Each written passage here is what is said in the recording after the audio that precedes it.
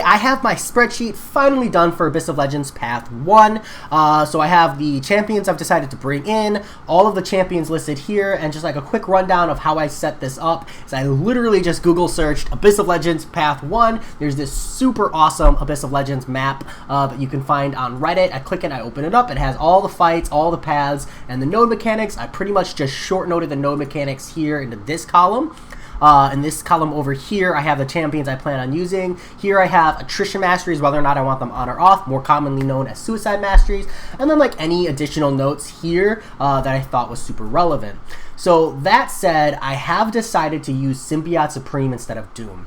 Now, the thing that I really wanted Doom for was the Captain Marvel movie fight, because out of all of the fights when it comes to using the Mystic, Brie Larson is absolutely brutal pre-nerf, but after the nerf, Sim Supreme just wrecks her.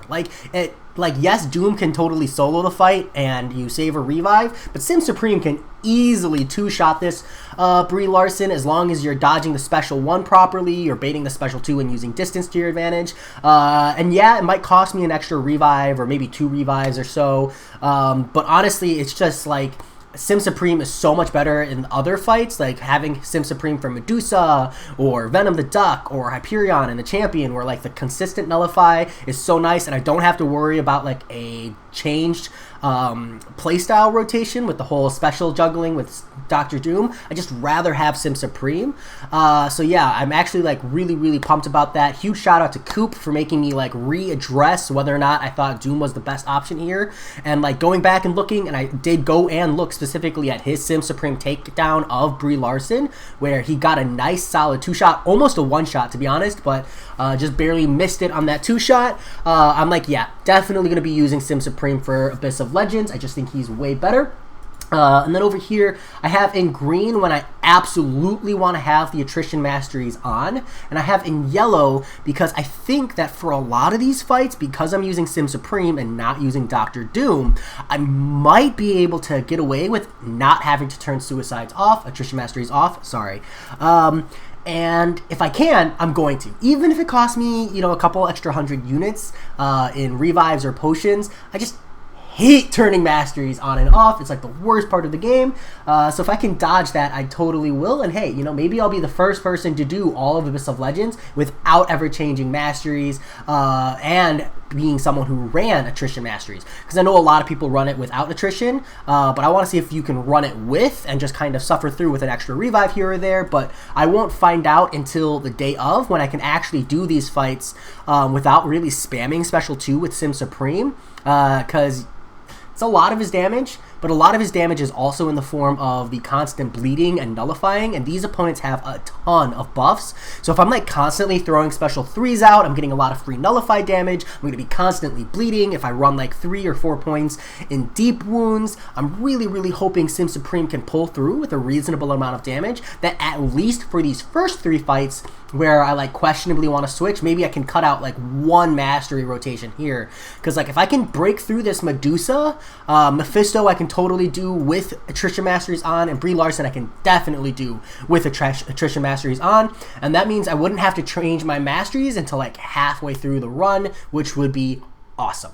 Yeah, so that's the plan. At least my goal here is for Thing, I'll ramp up Aegon, nothing crazy there, you know, just a lot of frustration, I'm sure. Omega Red, I really thought about using other options, but it really does just look like Aegon's one of the best options. It's a really simple fight. It's going to be really nice to have those unblockable attacks. Essentially, you just bait special 1, punish, bait special 1, punish, and it's really just looks like a slog. But other than that, that fight doesn't look too bad. Quake, you just gotta, you know, deal with Quake. Other than that, nothing too crazy.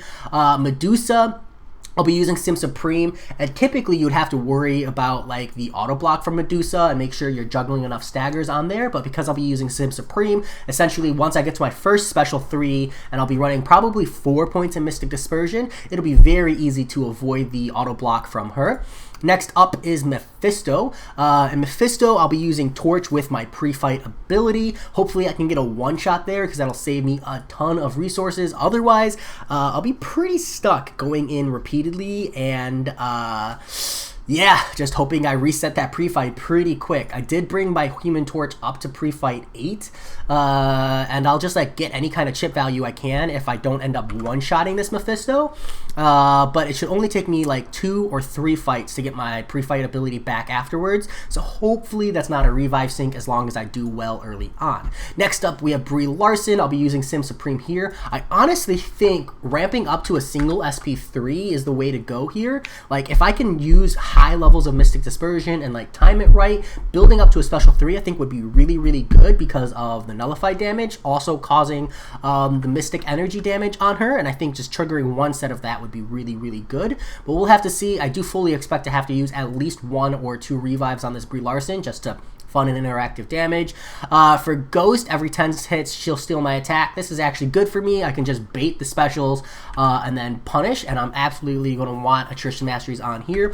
Iron Man Infinity War, I'm thinking maybe I'll use Torch. It kind of depends. Like if I'm at a point here where I've used Torch once and I actually get my pre-fight back here, that would be really ideal. I also might use Torch just to try and use him until I get my pre-fight back so I can have the pre-fight for Mordo before going in there, because I know Mordo's going to be really rough. But I'll probably end up using mostly Aegon here because not having to like parry Iron Man's specials in order to get like damage ramp would be really good. Aegon's going to have solid damage and have unblockable attacks here by then, so I probably don't need to Torch it, but I might Torch it once or twice just to get that pre-fight back. I think that's really ideal. Next up, we have Joe Fixit, who I'll be using Aegon on. Essentially, against him, I just got to remember I can ramp up to a special 3, and a lot of people say, oh, if he triggers the health, you just have to quit.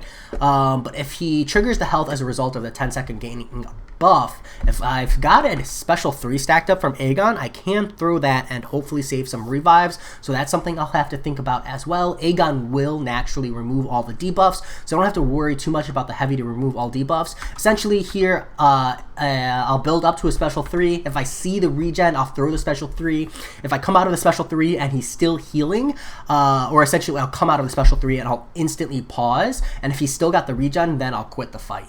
But if he doesn't have it, then I'll continue pummeling and I can save revives that way. And it's really nice with Aegon because you don't really need to throw specials with him. So I think the other thing I really want to have is bait SP2s as much as possible, because Joe Fixis' special 2 is the ground pound, ground slam, like hand clap kind of a thing.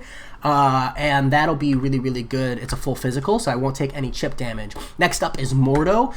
He has every 10 buffs place a Fate Seal. Removing this early, you take a bunch of damage. That's fine. I'm going to jump in with Torch. This does look like a really rough fight, but I think having the Attrition Masteries will actually help me out here because I'll get that extra damage, and then I really should only be throwing special 3s anyways on this fight. I think special 2s would be helpful for the most part, but honestly I think it's fine if I'm only throwing special 3s. Most of my damage is going to be coming from the Incinerates anyways.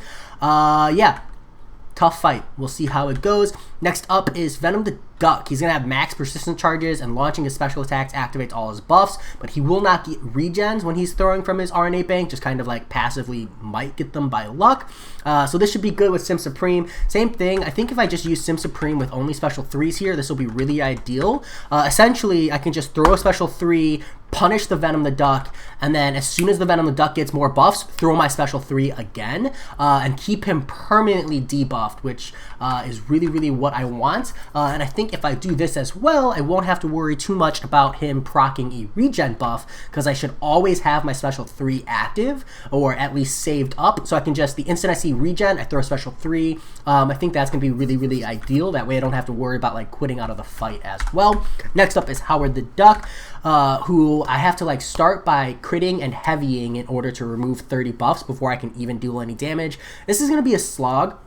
So my logic here is I really, really would like to have Attrition Masteries on here, but the other thing is, even like if I've already turned them off, because it's only one fight, unless I'm like getting less than 10% of Howard the Duck's health per fight here, I'm probably going to leave them off, and then I'll just make up the damage in the form of special 2s and getting that really big bleed on Howard the Duck. At least that's my intention at the moment. But if I'm doing these fights, and I'm getting like 5%, I'm going to turn him back on just because I'd rather get more damage out of every hit and just suffer if it's going to be like a really, really big slog. But like I said, hopefully this fight I get down in like less than 10 revives, especially since I'm going to have my game muted because, yeah, worst sound effects in the game.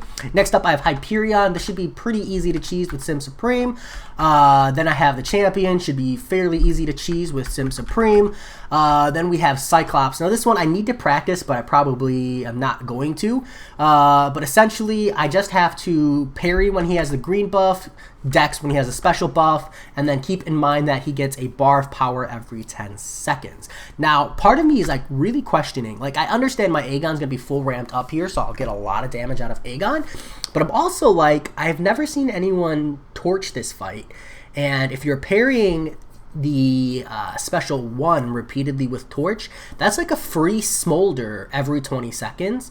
And because he only gains a bar of power every 10 seconds, like, you can get him in the corner, throw a parry, and then heavy chain for like, you know, probably 6 seconds or so on this Cyclops, which makes me think Torch might be really, really good here. So I'm probably going to try Torch once or twice just to see if I can get it to work. And see how that goes. But if not, then I'll just use Aegon. I'm expecting this to be probably one of my most expensive fights, especially since I know personally I'm probably not going to practice. Yeah, bad on my part. But, you know, should be okay. Next up, we have Loki. So standing near Loki causes power drain. If you hit 0 for 4 seconds, you take massive damage. I think both Aegon and Torch should work just fine here.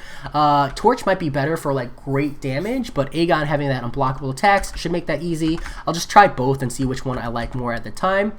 Next up, we have Aegon. Aegon just has 100% ability accuracy except during specials, so I'll probably 100% be using Aegon here. The only thing I gotta think about is that I won't have unblockable attacks, so essentially I just gotta punish Aegon's specials with combos and then use backdraft intercepts and stuff. Shouldn't be too crazy. Invisible Woman will have Power Sting when filling a bar of power. I'll be using Nick Fury here for sure, and then this is another one. I feel like I can use attritions because like once I've gone unblockable, it shouldn't be too hard. But I'm like thinking about if Torch is alive, I might as well try using Torch on this Invisible Woman, because if she's suffering from a debuff, I think the Power Sting doesn't trigger a stun, and Torch doesn't miss. So if I can get like a sick parry and like stay above 10 charges all the time and constantly keep her incinerated, I might not have to worry about Power Sting. And you know what? Might as well give it a shot if he's alive, or throw a Revive in just for giggles. But we'll see how that one goes. Next up is Cull Obsidian. This should be free with Sim Supreme. Definitely a fight I can easily just spam special 3s, because the name of this game is going to be bait special 1, stagger the heck out of him, and just get a free 10% damage there. Next up, we have the Collector. The Collector is going to be rough, but there's definitely some things I've noticed here. So I'll definitely be using Aegon. Once he's under 85%, he has a 1% damage cap, and hitting the cap triggers a 5-second unstoppable, which has a 10-second cooldown. So essentially, I'll combo into him, and I'll probably just like throw lights until I trigger the unstoppable, and then back off. And then I know I've got like a 5 to 10 second window to pummel him. It's gonna be rough, but you know, if I can get into the groove of that rotation, kind of similar to like the unstoppable buffs in Alliance War, it should be okay. At least all the way down until 55%, when I have to mentally think you can only block the specials. And it's going to hurt a lot. Under 40%, he's, you know, got a whole bunch of immunities, but that's okay. Essentially, I just know that I won't be able to throw special 3s, so I'll only throw special 3s for free damage, but after that, you know, it doesn't really matter, because he's going to be stun immune.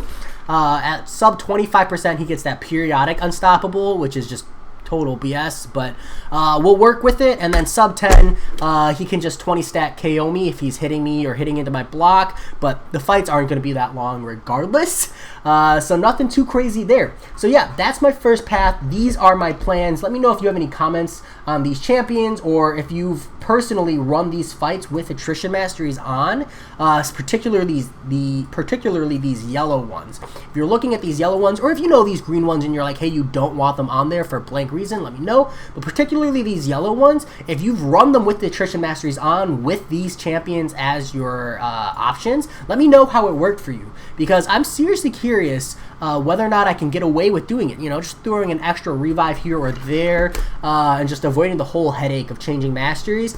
I know it's not going to be efficient. For the record, like, I know already it's more efficient to change masteries. I just hate doing it.